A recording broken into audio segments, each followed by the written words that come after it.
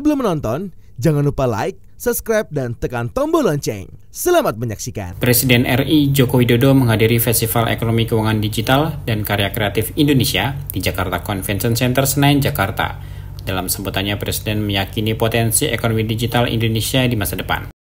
Presiden juga mengatakan bahwa pembayaran digital akan tumbuh 2-2,5 kali lipat di tahun 2030, mencapai 760 bilion US dollar atau setara 12.300 triliun rupiah.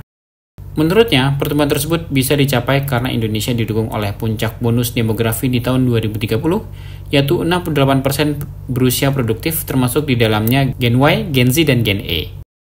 Selain itu, saat ini jumlah ponsel aktif di Indonesia mencapai 354 juta ponsel, yang melebihi jumlah penduduk saat ini yang mencapai 280 juta.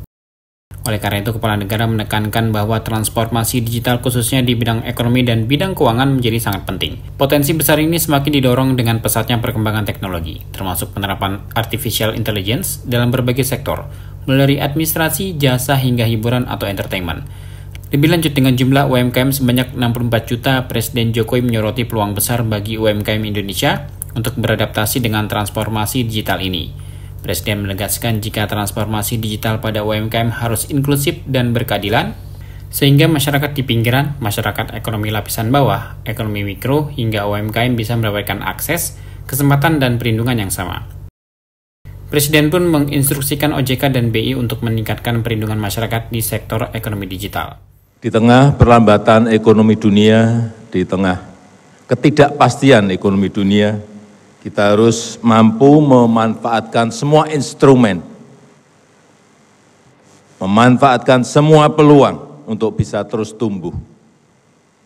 Saya sudah berulang kali menyampaikan soal potensi peluang digital Indonesia ke depan. Ekonomi digital akan tumbuh 4 kali lipat di tahun 2030. Mencapai 210 sampai 360 billion US dollar atau kalau dirupiahkan bisa di angka 5.800 triliun rupiah. Pembayaran digital juga akan tumbuh 2,5 kali lipat di tahun 2030, mencapai 760 billion US dollar atau kalau dirupiahkan 12.300 triliun rupiah, sebuah angka yang sangat besar sekali.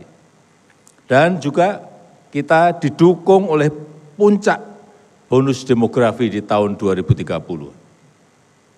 yaitu 68% berusia produktif, termasuk di dalamnya Gen Y, Gen Z, dan Gen Alpha.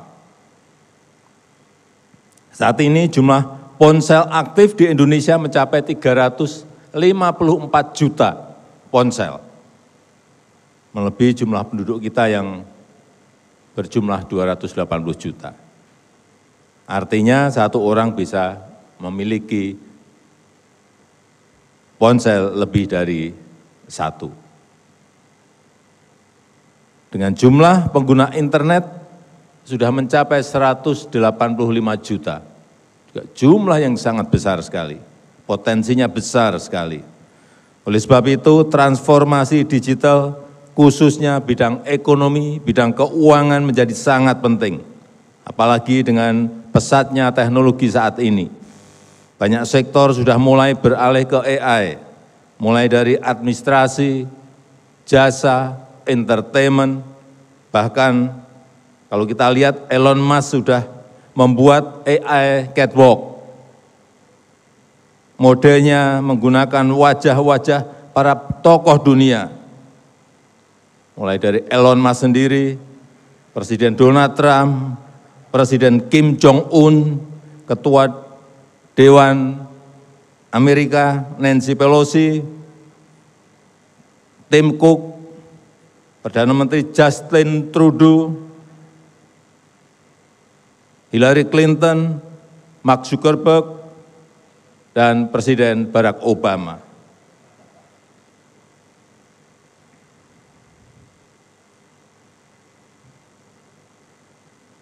Ini akan menjadi potensi bisnis ke depan. Busana, produk ditransformasi ke bentuk-bentuk digital, dipasarkan secara digital, lewat AI catwalk, lewat etalase digital. Nanti bisa langsung dibeli secara digital dan menggunakan juga pembayaran digital. Bayangkan jika produk UMKM kita bisa seperti ini. Karena jumlah UMKM kita sangat besar, 64 juta. Tentu digital UMKM ini akan mendongkrak pertumbuhan ekonomi digital dan pembayaran digital kita. Sehingga saya titip, transformasi digital itu harus inklusif, harus berkeadilan. Masyarakat di pinggiran, masyarakat ekonomi lapisan bawah, ekonomi mikro, UMKM, semuanya harus mendapatkan akses dan kesempatan yang sama, harus mendapatkan perlindungan yang sama. Saya minta kepada OJK dan BI untuk meningkatkan perlindungan masyarakat di sektor ekonomi digital.